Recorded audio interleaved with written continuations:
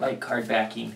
I get to do my light card backing because I got some good baggage, and also because I was wrong. I thought I had no hope of beating my plot, but I just miscalculated and didn't pay enough attention to the way the game worked, which is great for me in this case.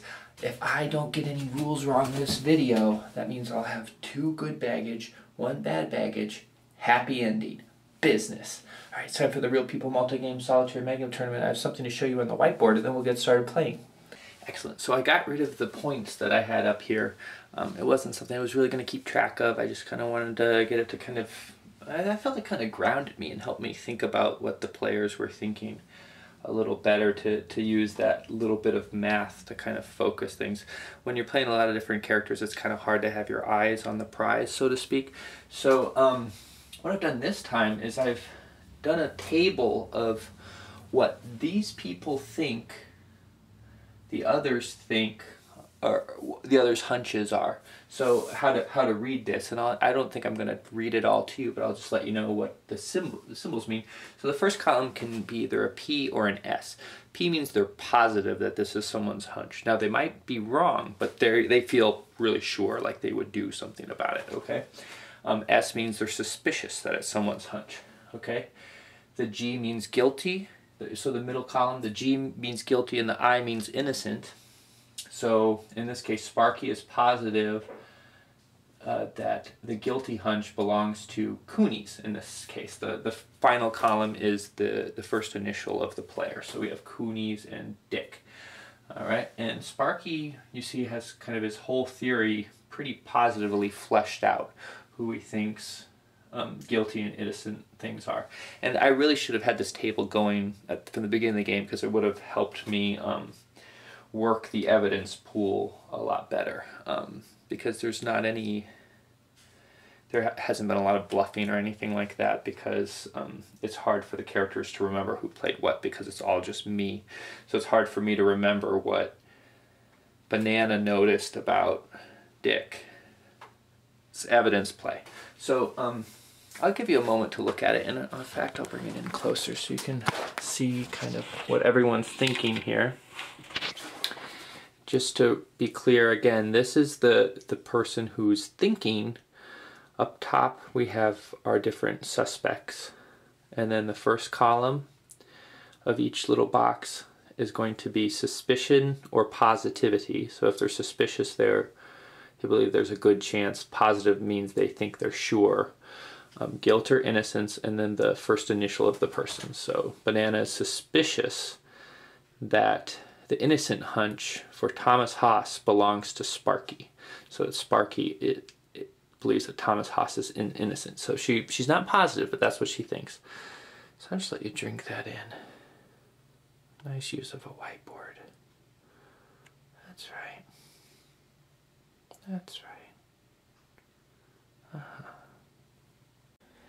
Alright, we're right back in it. Dick the ladies' man just moved Rachel from Adam's garden, where Sarah, Lewis's wife, is waiting for one of the dates. The other one is over at Memories of Green.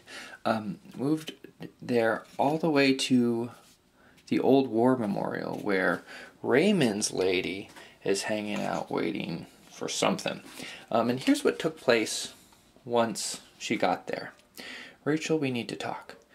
Can't it wait? She held the binoculars up to her eyes, thumbing through wavelengths as she studied the warehouse. If it waits much longer, young lady, are you sub-vocalizing into a throat mic?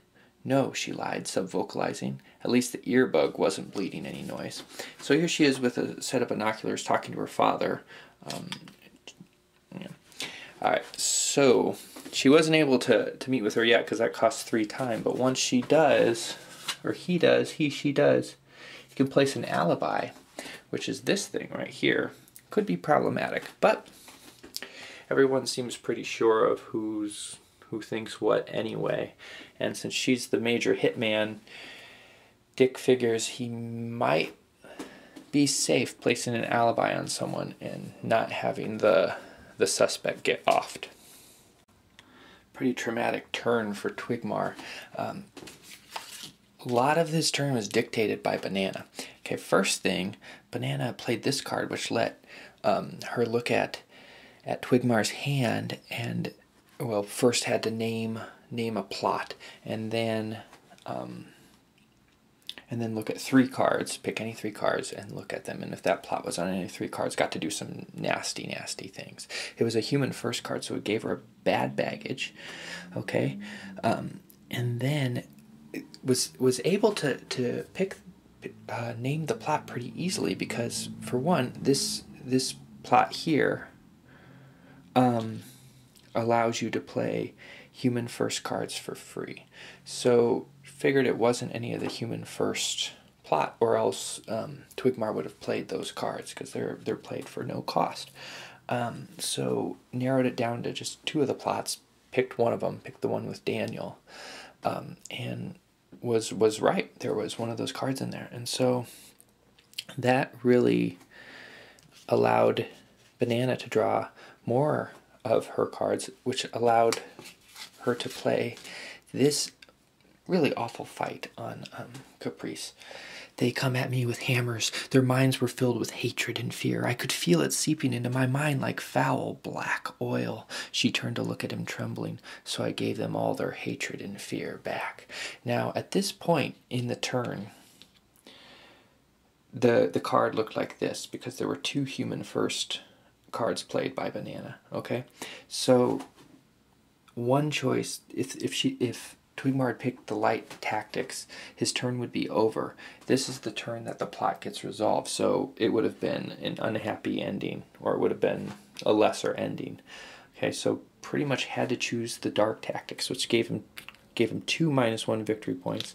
Then, because he needed to have more turn in order to get these 2 good baggage down, so that's what he did. Really, really rough turn. On the bright side, did get a Jinteki token with one of the light cards he was able to draw as a result of that horrific fight with a nightmare. I do not know what sort of life events caused Banana to turn to books in order to cope, I guess, with the world. But under her guidance, Lewis has fully left the Earth. Had an important decision to make this turn. Although, on the surface, all she had Lewis do was move space after space and look into different leads. What she didn't have Lewis do was get rid of his 1 favor in order to get the baggage he needed to make his plot resolve favorably. That 1 favor is what Banana needs in order to help get a Biroid chip, a Hospiroid chip, which is worth a whopping 7 points. And now Lewis Blaine stands as the only man on the moon, his wife on Earth, waiting in 2 separate locations, like some sort of quantum particle for her husband, who may never come. And Cooney's managed to avoid having any more dark cards played on Floyd, which is nice. Also played some evidence down on Noise, which changed some people's suspicions. This board has been changing. I haven't really talked about it each time because it's a lot of minutia, but you can kind of just compare this board state now to your mental memory. Other than that, I spent a lot of time hanging out at the tenements, getting some favors from the lower class folk of Earth. And that was his turn. The day she left. I met her during the war. She was all curves and promises, wrapped around a killer smile. When I ran into an ambush, she was all that kept me going. I crawled across 20 miles of Martian desert only to find she'd left me a dear John. It was only later that I wondered about the timing. Twigmar played this card. It was one of Raymond's memory cards. Forced Sparky to move Raymond from Monroe Associates to the nightlife location on Earth of Twigmar's choice.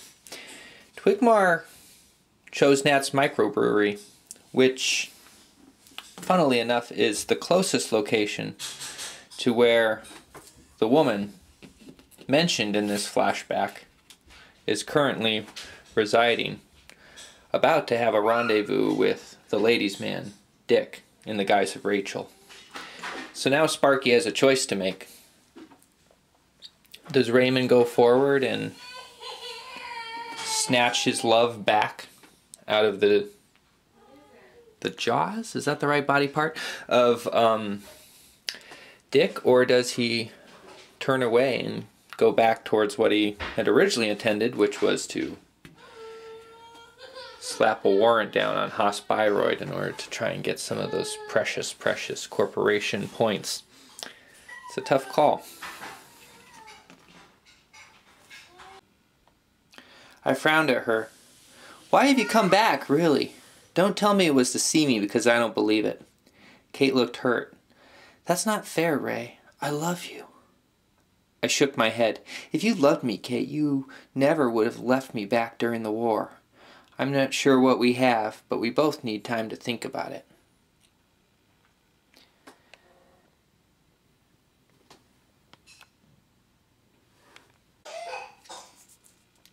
You look like hell.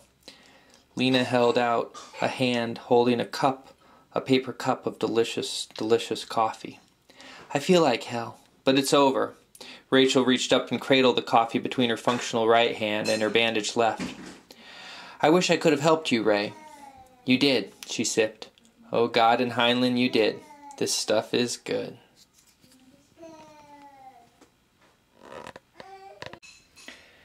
Now we've got a precedent. The lawyer shook her hand. Congratulations, Miss Nassai. You are legally your own woman. The legal precedent this sets for clone rights ought to rock the courts. I'd like to say that I'm glad that the Liberty Society could be there to help you, but really the turning point of the case was the testimony you gave. It was like you were intimately familiar with each of the judges and knew just what buttons to push to get them on your side, as though you were telepathic or something. Caprice smiled then, looking up at the night sky. Father Michael was a good man. Floyd stood behind the podium and looked out at the 100 or so people who had shown up for the funeral.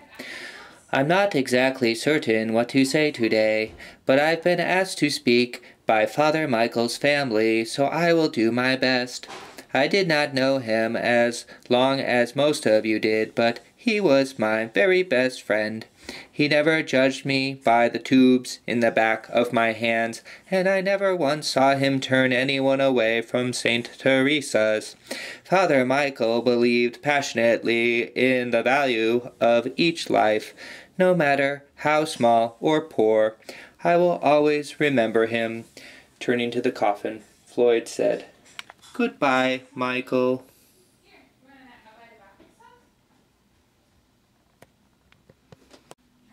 I own you, Blaine. Lewis fidgeted nervously in the chair. Mr. Lee watched him gravely, already suspecting the purpose of his visit. What is it you need, Lewis? He finally asked. I need out of this, Lee. I can't do it anymore.